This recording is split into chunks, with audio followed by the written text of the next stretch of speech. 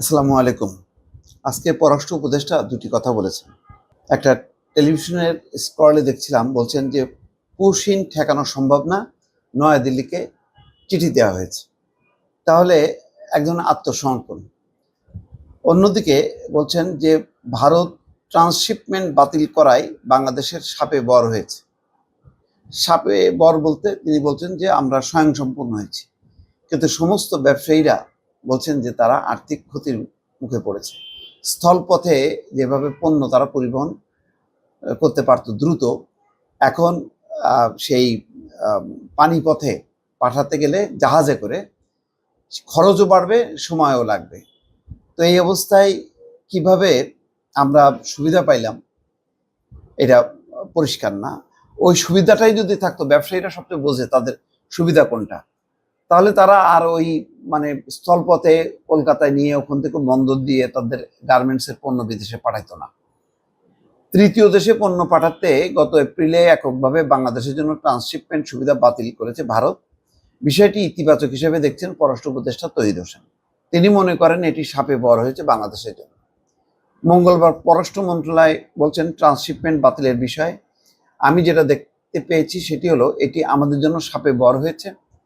তাদের উপর নির্ভরশীলতাটা কমে গেছে এবং আমাদের রফতানি ক্ষতিগ্রস্ত হচ্ছে না, বরং একটি মেকানিজম দাঁড়িয়ে গেছে। দিল্লির পরিবর্তে চিটাগাং এবং সিলেট থেকে পণ্য যাচ্ছে, চিটাগাং থেকে যাচ্ছে জাহাজ যোগে এবং একই সঙ্গে ফ্লাইটে, সিলেট থেকে তো ফ্লাইটই যাচ্ছে, কোনো সমস্যা হচ্ছে না। কাজেই আমি মনে করি এটি একদিকে ভালো হয়েছে। এসব বিষয়ে আসলে ব্যবসায়ীদের বক্তব্যটা গুরুত্বপূর্ণ। পররাষ্ট্র উপদেষ্টা তো রাজনৈতিক কারণে অনেক কথা বলতে পারেন, কিন্তু ব্যবসায়ীরা আসল জানেন যে তাদের সুবিধা হলো নাকি মন্দ হলো। এখনো কেউ বলে নাই যে না, একটা দারুণ কাজ হয়েছে। কেন সবকিছুর জন্য অন্য দেশের ভিতর দিয়ে আমাদের ট্রানজিট করতে হবে? পণ্য এখান থেকে সরাসরি যেতে পারে এবং এখান থেকে এখন যাচ্ছে, বলেন তিনি। ভারত একের পর এক সুবিধা বাতিল করছে, এমন প্রশ্নের জবাবে বলছেন, আমরাও আমাদের প্রয়োজন অনুযায়ী একটি সুবিধা বাতিল করেছি। আমরা স্থল বন্দর দিয়ে সুতা আমদানি বন্ধ করেছি।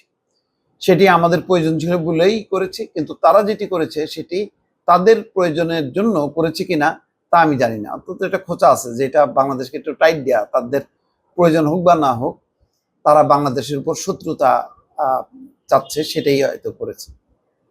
যাই হোক, এখন সব মিলায় সীমান্ত হত্যাকাণ্ডের ব্যাপারে বলেছেন যে এগুলো হওয়া সম্ভব নয়, এগুলো নিয়ে নমনীয়তা দেখানো সম্ভব নয়। আমরা এগুলোর প্রতিবাদ করেছি, এই প্রক্রিয়া চালু আছে, এই বিষয়ে আমরা অবশ্য শক্ত ভাষায় প্রতিবাদ করব। এই বিষয়টিকে কখনোই মেনে নেওয়া হবে না সীমান্ত হত্যাকাণ্ডের ব্যাপারে। কিন্তু পুশিনের ব্যাপারে এই বাংলা ট্রিবিউনের এই রিপোর্টে নেই, কিন্তু আমি দেখলাম স্কোয়াডে যে পুশিন ঠেকানো সম্ভব না, তবে নয়াদিল্লিকে পররাষ্ট্র মন্ত্রণালয় চিঠি দেবে, এই হলো অবস্থা। তার মানে হচ্ছে ভারত তার অবস্থানের কারণে আমরা যে নানা একটা চাপের মধ্যে আছি সেটা বলার অপেক্ষা রাখে না। সেখান থেকে যতটা সম্ভব ক্ষতি স্বীকার করে আমাদের বিকল্প পথে যেতে হচ্ছে। ট্রান্সশিপমেন্টের ব্যাপারটা এটি হচ্ছে বড় কথা। ভালো থাকবেন। আল্লাহ হাফেজ।